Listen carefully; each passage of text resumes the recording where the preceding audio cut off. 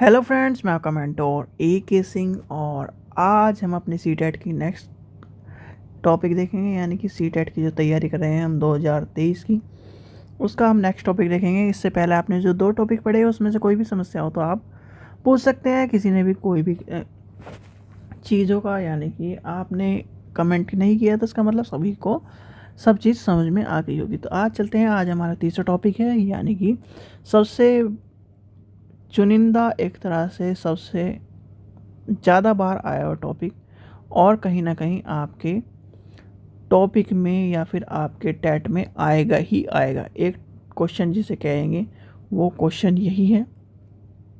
चलिए, वंशानुकरण एवं वातावरण वातावरण का प्रभाव। ठीक है, ये है आज का टॉपिक। बहुत सारे बच्चों ने पहले कभी यानी कि सीटेट वंशानुक्रम और वातावरण वाला टॉपिक आपने पढ़ा होगा। यानी कि अगर आप सीटेट की तैयारी करें, सीटेट से पहले आपने बीएड करी होगी, बीटीसी करी होगी या फिर बीएलएड कुछ भी करा होगा, तो वहाँ पर भी आपने पढ़ा होगा। सीटेट के जब ओल्ड पेपर पढ़ रहे होंगे तब भी आपने पढ़ा होगा।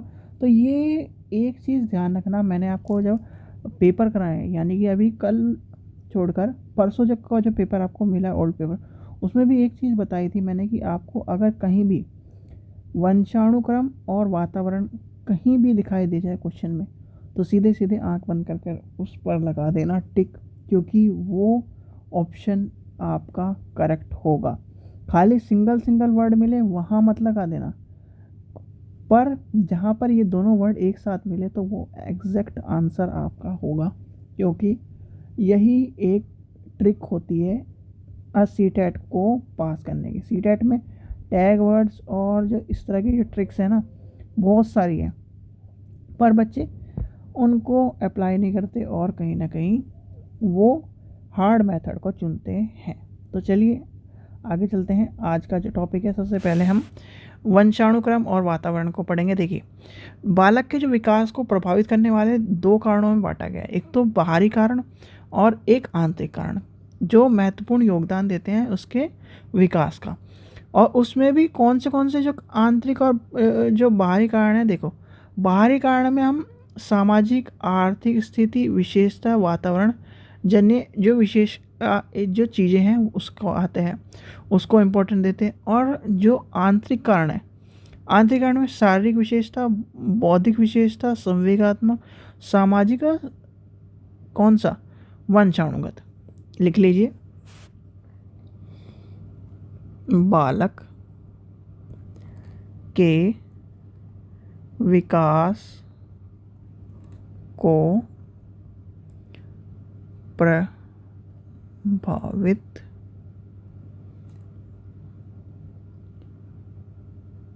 करने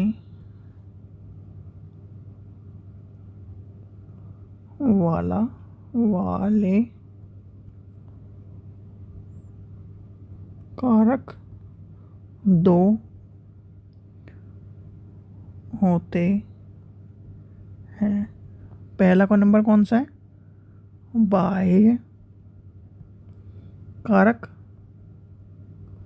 और दूसरा क्या है,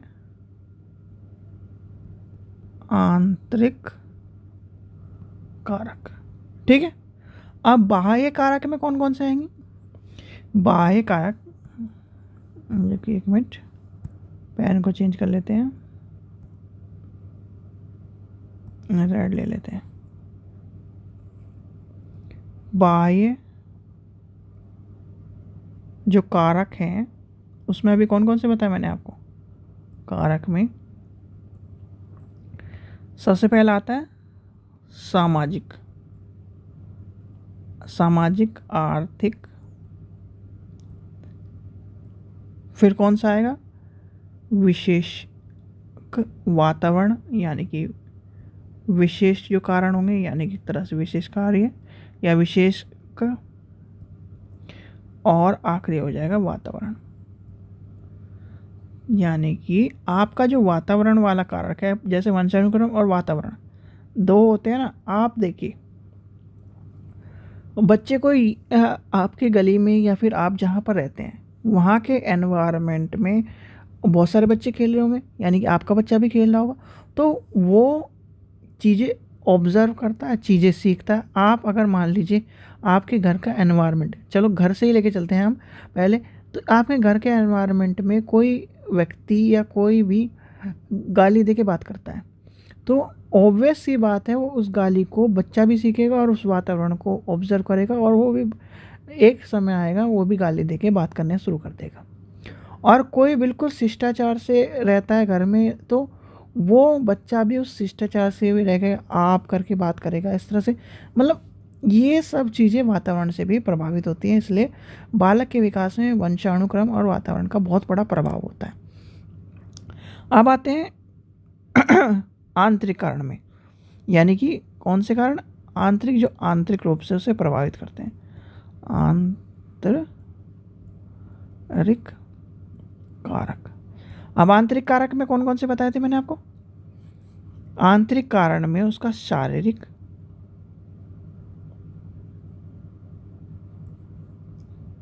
विशेष,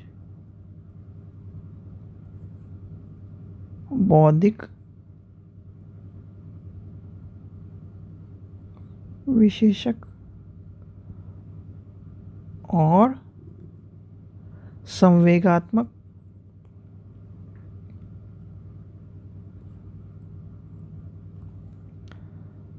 और कौन सा हो जाएगा आपका? वंशाणुक्रम। यानी कि ये सारे आपके जो होंगे वो कहीं ना कहीं किस में आ जाएंगे? आंतरिक में। भाई सीधे सीधे बात ये है, जो आपके शरीर के बाहर की चीज़ें जैसे कपड़े हैं, वो क्या है? एक तरह से बाह्य कारण। और जो आपके अंदर, शरीर के अंदर, जैसे दिल है, फेफड़ा है, ये आपके अंदर के हैं। जैसे आपको पता चलता है कि आप एक मानव है, ठीक है? तो इसलिए इस चीज़ का ध्यान रखना, ये क्वेश्चन कई बार पूछा गया है, बाह्य कारक और आंतरिक कारक। अब आते हैं अब उसके बाद आते हैं, पहले हम पढ़ेंगे वंशानुक्रम, क्योंकि वंशानुक्रम को ज़्यादा डिफाइन करना है, और दूसरा वंशानुक्रम कई बार पूछा गया है डिटेल वाइज भी। यानी एक तो क्वेश्चन आपको इस तरह मिलेगा कि वंशानुक्रम और वातावरण वाली चीज़, और एक मिलेगा खाली वंशानुक्रम के बाद। अब वंशानुक्रम के बारे में पहले लिख देते हैं वंशानुक्रम होता क्या। वंशानुक्रम, जो माता पिता होते हैं ना, माता पिता से संतान को जो प्राप्त गुण होते हैं उसे कहते हैं वंशानुक्रम। यानी कि वंशानुक्रम क्या है? सॉरी, बालक को जो गुण माता पिता के द्वारा प्राप्त होते हैं उसे वंशानुक्रम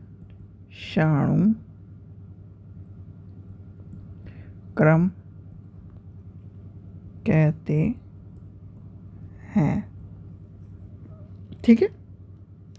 यानी कि आपके जो, और वंशानुक्रम में एक चीज़ आपका कॉमन मान के चलते हैं, क्रोमोसोम, ठीक है? यानी कि आपकी माता की अगर आँख ब्राउन कलर की है और आपके पिता की आँख ब्लैक कलर की है, तो इनमें से, इन दोनों में से ही आपकी जो आँख होगी, यानी आँखों का कलर होगा, वो मिलेगा। जिससे कि कौन से, अगर आपसे कोई पूछे कि आँखों का रंग, त्वचा, ये कहाँ से मिल रही है, तो आपके वंशानुक्रम से मिल रही है। चलिए आगे चलते हैं, ये आपको समझ में आ गया होगा।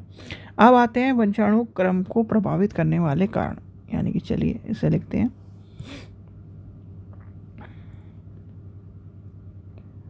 वंशानुक्रम को प्रभावित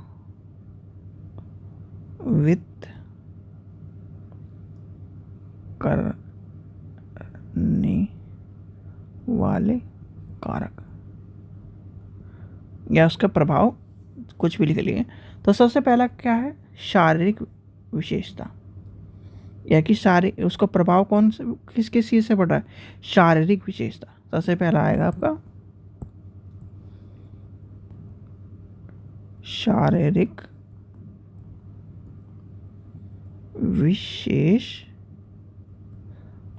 या विशेषता।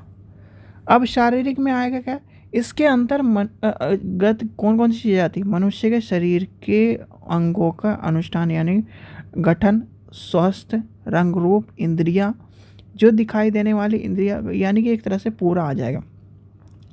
बालक के रंग रूप, आकार, शरीर की बनावट, ऊंचाई। आपने देखा होगा ये जो जिनकी हाइट, जिनके माता पिता की हाइट लंबी रहती है तो उनके बच्चे भी लंबे होंगे, जिनकी छोटी रहती है तो उनके छोटे बच्चे होंगे। तो कहीं ना कहीं, और बहुत सारे केस में ये होता है कि दोनों माता पिता हाइट छोटी है पर बच्चा लंबा हो जाता है। क्यों? क्योंकि देखो उसमें जो माता पिता वाले जीन्स है ना, लंबाई वाले, वो जीन्स नहीं है। उसके दादा दादी या फिर इधर से मदर की तरफ से उसके नाना नानी या फिर कोई भी जो लंबा होगा उसके भी गुण आ सकते हैं। ठीक है, तो ये होता है शारीरिक। यानी कि शारीरिक में क्या क्या आ जाएगी, शारीरिक में उसके आ जाएंगे रंग, इसके अंतर्गत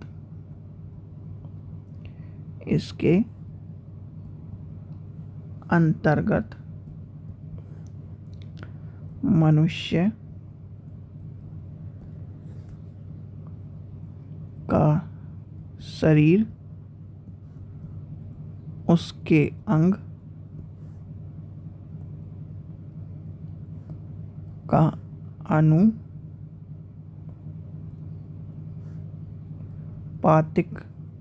घटक यानी गठन। चलिए आगे चलते हैं, नेक्स्ट पेज ले लेते हैं। स्वास्थ्य, रंग रूप, इंद्रियां यानी कि इंद्रियों का आदि, यानी कि ये सारी चीज़ें होते, रंग रूप सारी चीज़ें आ गई। तो ये क्या होता है, दुबला पतला होना।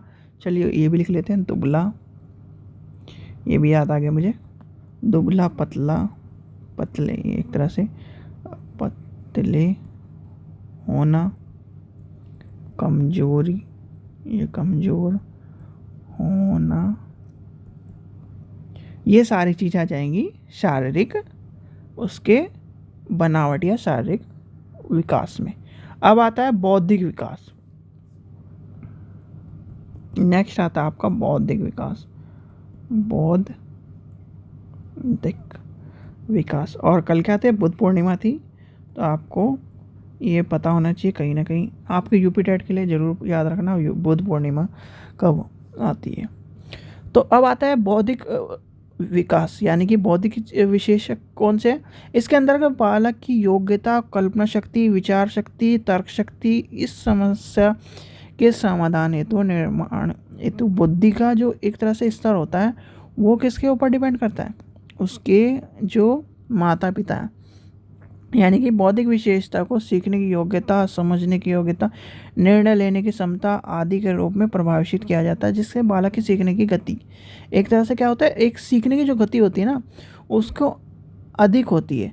यानी कि जो बच्चा मानसिक विकास की तीव्र होता है, बालक उसके, यानी कि बालक अपने परिवार के सामाजिक एवं विद्यालय में अपने आप को किस तरह से समायोजित करता है उसकी बुद्धि पर निर्भर करता है। और बुद्धि किस पर निर्भर करती है भाई, देखो परिवार है, ऐसा तो है नहीं कि जो शरीर बना है वो कहीं बाहर से बना हो। जब भी रिलेशन होगा, यानी कि माता पिता का रिलेशन होगा, तभी तो चाइल्ड का बर्थ होगा। और चाइल्ड का बर्थ हुआ किससे, क्योंकि वो रिलेशन से बना। और रिलेशन में क्या था उसका, यानी कि स्पर्म। और स्पर्म यानी कि एक तरह से ये बायोलॉजिकल टर्म जो हम लेके चल रहे हैं वो कहीं ना कहीं हमारे एक तरह से सीधी सीधी बात ही है कि माता और पिता इन दोनों में से ही उसका जो वंशाणुगत है, यानी कि वंशानुक्रम जो चीज़ें मिल रही हैं, यानी कि वो जो चीज़ मिल रही है बच्चे को, यानी कि जो चीज़ बच्चा में आई है वो कहीं ना कहीं माता पिता की देन है। सीधी सीधी बात ये कहना है इसका वंशाणुक्रम का। चलिए आगे चलते हैं। तो इसका लिख लीजिए, अगर आपको लिखना है तो, छोटी सी चीज़ है।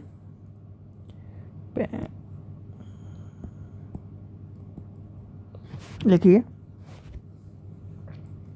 इसके अंतर्गत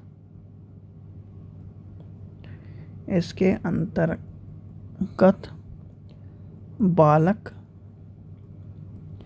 की योग्यता, कल्पना शक्ति, विचार शक्ति एवं तार्किक शक्ति किसी समस्या के समाधान हेतु निर्णयात्मक बुद्धि बदलती हुई परिस्थिति यो में समायोजनात्मक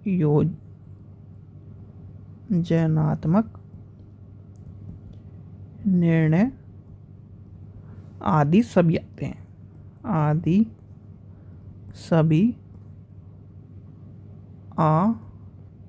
हैं, याद रखना। चलिए आगे चलते हैं। टॉपिक को ज़्यादा बढ़ाने का कोई फ़ायदा नहीं है, क्योंकि देखिए जो टॉपिक में आपको चीज़ें हैं वो मैं एक्सप्लेन करता चल जाऊँ, बहुत एक्सप्लेन करता चल जाऊँ, वीडियो 2 घंटे 3 घंटे, कोई फ़ायदा नहीं है, क्योंकि आपका जो टॉपिक है उसमें बस ये सब चीज़ें आपको पता होनी चाहिए, जैसे शारीरिक रूप से किस तरह से प्रभाव करता है, बौद्धिक रूप से किस तरह से, नैतिक और चारित्रिक रूप से। चलिए आगे चलते हैं। अब आती है नैतिक रूप से। नैतिक रूप वाली आपको मैंने बताई दी कि नैतिक और चारित्रिक वाली आपको कहानी के रूप में बताने पड़ेगा, क्योंकि ये लिखने का कोई फ़ायदा नहीं, लिख के आपको पन्ना या फिर एक तरह से टाइम वेस्ट करना कोई बात नहीं है। देखिए इसका मैं बताता हूँ। जो नैतिक और चारित्रिक रूप से आप जो देखेंगे, आपने देखा होगा जो बच्चा जिसके माता पिता बहुत शांत स्वभाव के हैं, लड़ाई झगड़ा नहीं करते और एक तरह से अपने से बड़ों की इज्जत करते हैं, बिल्कुल शांत स्वभाव में रहते हैं, उनका बच्चा कहीं ना कहीं एग्रेसिव वातावरण की वजह से हो सकता है, पर वैसे एग्रेसिव नहीं होगा। उनका बच्चा नॉर्मली है ना, बिल्कुल शांत स्वभाव में होगा।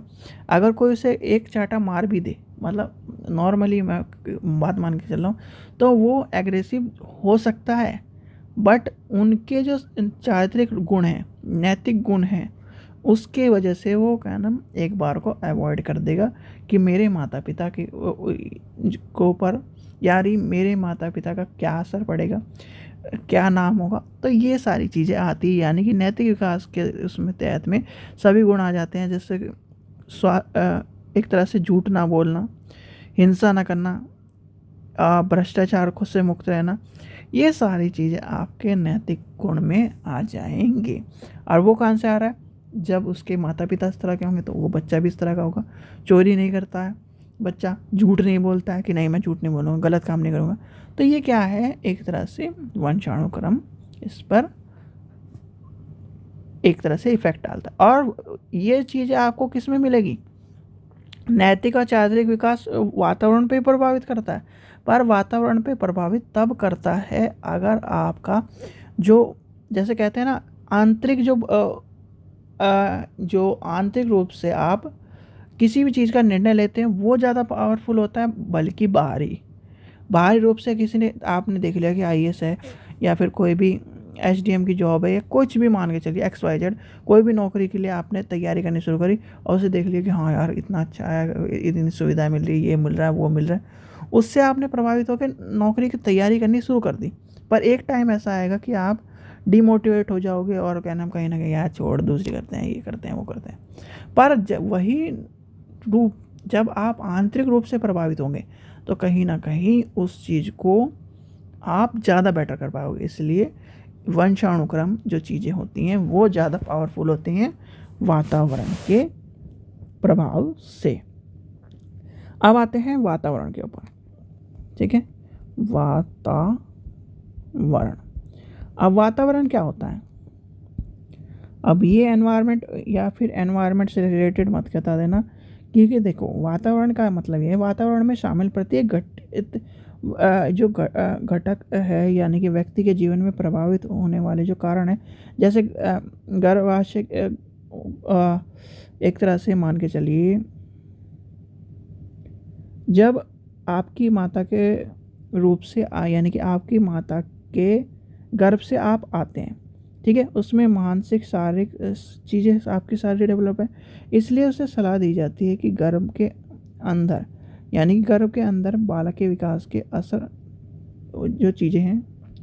तो क्या कह रहा था, ये कह रहा था मैं, आपके जो माता पिता, यानी कि माता का जब गर्भ के टाइम पे आप होते हो, और उससे पहले भी ये कहा जाता है कि अगर देखो इस पे इफ़ेक्ट, एक और उदाहरण लेके मैं बताता हूँ आपको। हाँ, ये उदाहरण ले लेते हैं, जैसे कि आपका जन्म अभी हुआ नहीं है, आप अभी माँ के गर्भ में हो, ठीक है, और जब माँ के गर्भ में हो और आपकी माता को कोई मानसिक रूप से प्रताड़ित करे, यानी शारीरिक रूप से उसे वह स्वस्थ ना हो, तो कहीं ना कहीं बच्चे पर भी क्या पड़ता है, असर पड़ता है। तो यही कारण है कि जैसे बच्चे को आपने देखा होगा, कोई कोई बच्चा दुबला पतला होता है, मानसिक रूप से थोड़ा सा वैसा रहता है, क्यों? क्योंकि उसकी जो माता है उसको पूरे पोषण नहीं मिले। इसलिए कहा जाता है ना कि माता को जब बच्चा हो उस टाइम पे उसके पोषण मिलने चाहिए पूरे के पूरे, उसको क्या नाम सारी चीज़ों को उपलब्ध करानी चाहिए, उसे परेशान नहीं होना चाहिए, खुश रहना चाहिए। ये सारी चीज़ें कहीं ना कहीं एक तरह से वातावरण के प्रभाव में भी शामिल होती है, ठीक है। चलिए इसे लिख लेते हैं। वातावरण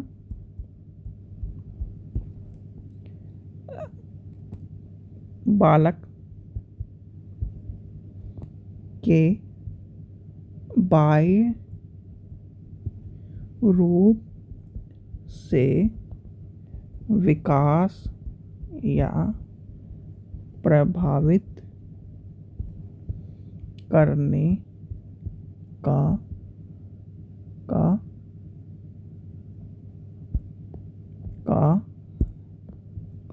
कार्य करता है, ठीक है। इस चीज़ का ध्यान रखना।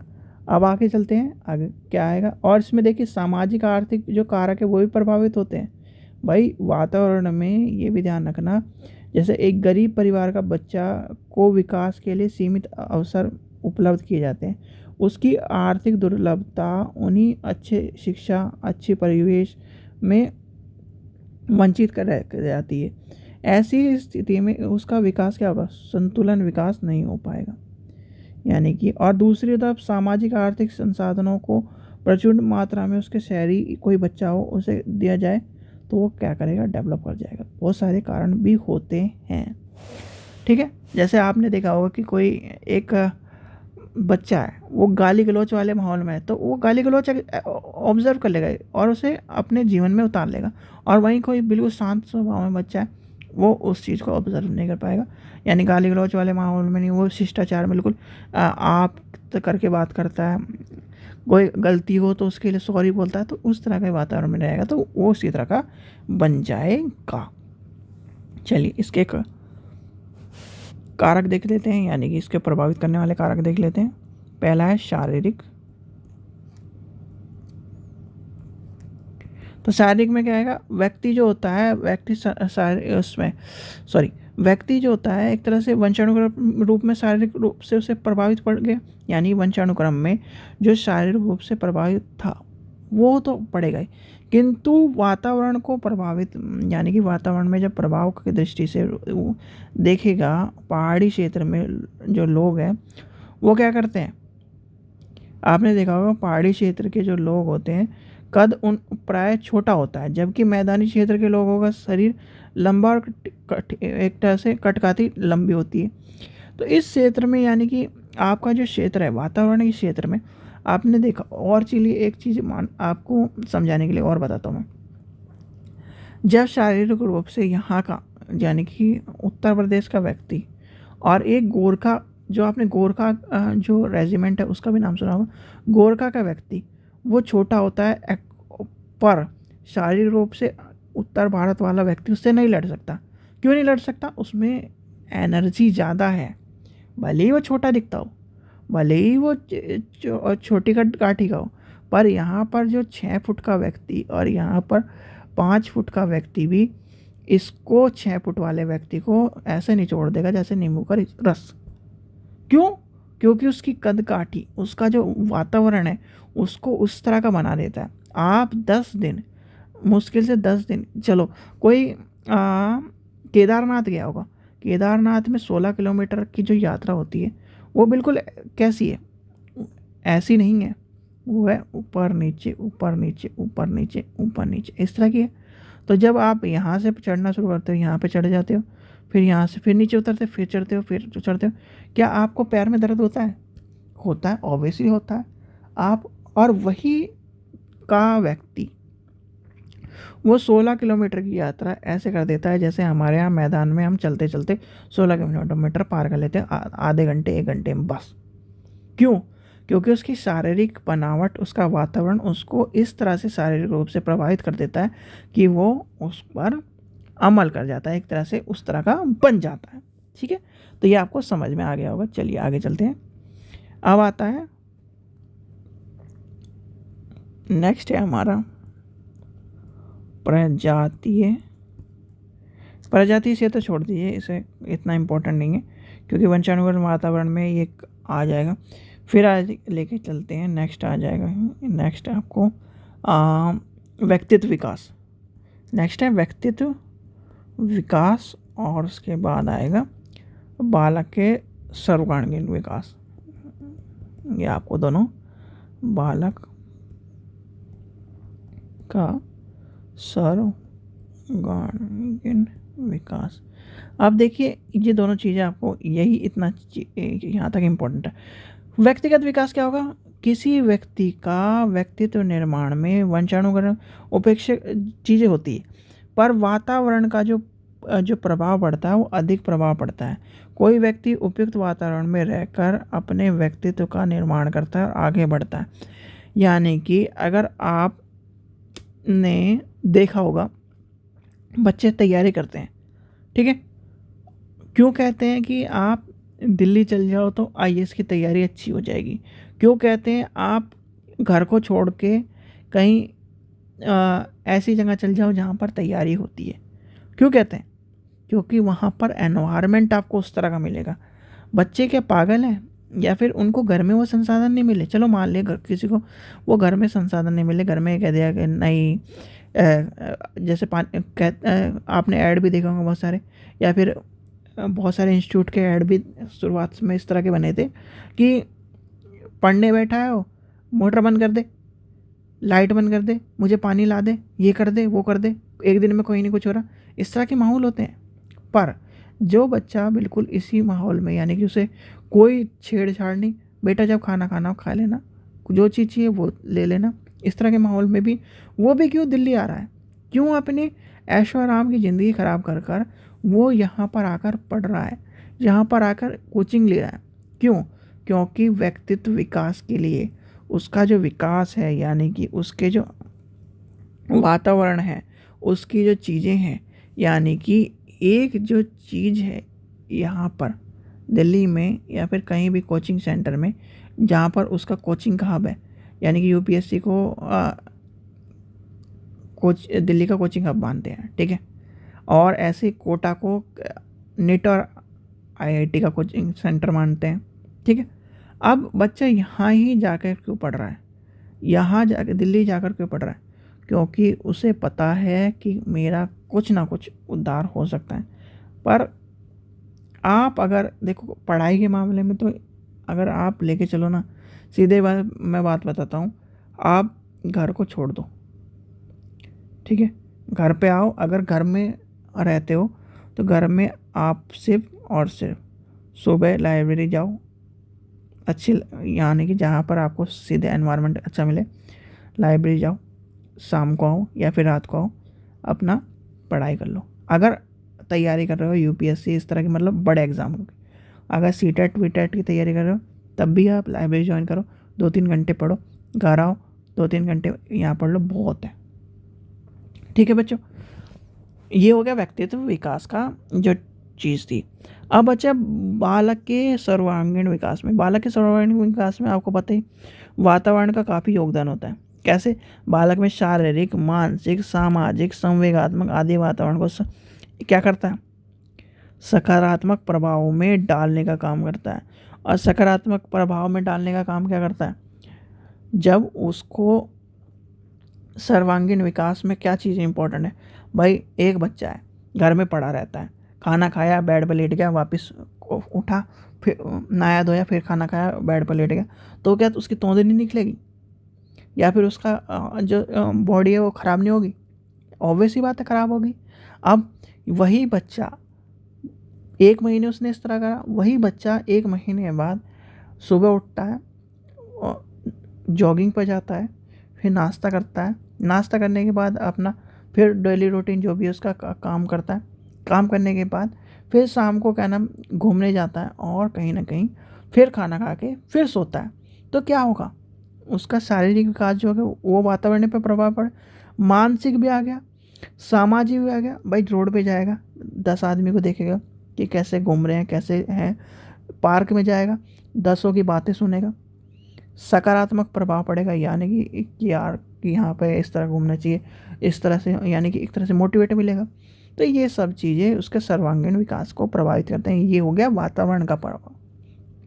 ठीक है, अब लास्ट जो बचता है वो आ जाएगा, एक और लिख लीजिए, मानसिक विकास।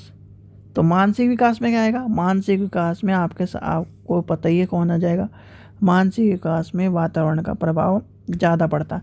अभी जो मैंने उदाहरण दिया, ये उदाहरण यानी कि आपको दोनों में काम आ जाएगा, यानी कि इसमें भी इसमें भी। अब चलो एक पेन और ले लेते थोड़ी देर, आपको बताता हूँ। ये है ए बच्चा और ये है बी बच्चा। ये ए बच्चा जो है वो 24 घंटे इसी कमरे में रहता है, वो कहीं भी मतलब वो कहीं भी आना आता ना जाता, यहीं खाना खाता है अपने घर में, फिर से टॉयलेट करने अपने वॉशरूम को यूज़ करके 24 घंटे उसे यहीं रहना है। ठीक है, इसका दिमाग कैसा हो जाएगा? यहीं पड़ा रहेगा, यहीं सोचा रहता रहेगा, फ़ोन में देखेगा, ये देखेगा, वो देखेगा। कहीं ना कहीं उसका इंट्रैक्शन और उसका जो मानसिक विकास है वो उसको प्रभावित कर देगा और कहीं ना कहीं एक तरह से पागल वाली स्थिति हो जाएगी। अब बी व्यक्ति क्या है? बी व्यक्ति सिर्फ और सिर्फ घर में सोता है, खाता है और अपने जो डेली रूटीन के नेसेसरी है वो करता है और पढ़ाई करता है। ये अपना जो घंटे हैं 4 घंटे अपने बाहर बिताता है, दोस्तों के साथ घूमता है, मस्ती करता है, मजाक करता है, सब कुछ करता है। और इसका IQ यानी कि इसकी जो यानी कि चलिए कोई भी एग्ज़ाम मान लेते हैं, यूपीएससी में पास करने की इसने 1 साल में पास कर लिया, इसे 3 साल हो गए तैयारी करते हुए, अभी तक पास नहीं हुआ, बल्कि इसे ज़्यादा टाइम मिल रहा है। क्यों? क्योंकि मानसिक विकास, और मानसिक विकास को प्रभावित कौन करेगा? वातावरण करेगा। वातावरण को प्रभावित कौन करेगा? फिर जो उसके सराउंडिंग होंगे। ठीक है, ये सब चीज़ें आपको ध्यान में रखनी होती हैं किसी भी कारक को। ठीक है बच्चों, ये था आज का टॉपिक आपका वंशाणुक्रम और वातावरण का। ठीक है, जो समझ में नहीं आया है तो आप कमेंट सेक्शन में पूछ सकते हैं, फिर आपको मैं दोबारा एक्सप्लेन कर दूंगा। अभी आपके सारे टॉपिक क्लियर को पढ़ाने के बाद जो भी चीज़ आप कमेंट करोगे वही चीज़ आपको बताई जाएगी। ठीक है बच्चों, कल का नेक्स्ट टॉपिक आपको पता ही है, आपको सामाजिकरण की प्रक्रिया, उससे देखेंगे। चलिए, आशा करता हूँ आपको वीडियो पसंद आई होगी। वीडियो पसंद आई तो लाइक करें, चैनल को सब्सक्राइब करें और वीडियो को ज़्यादा से ज़्यादा शेयर करें। Thank you.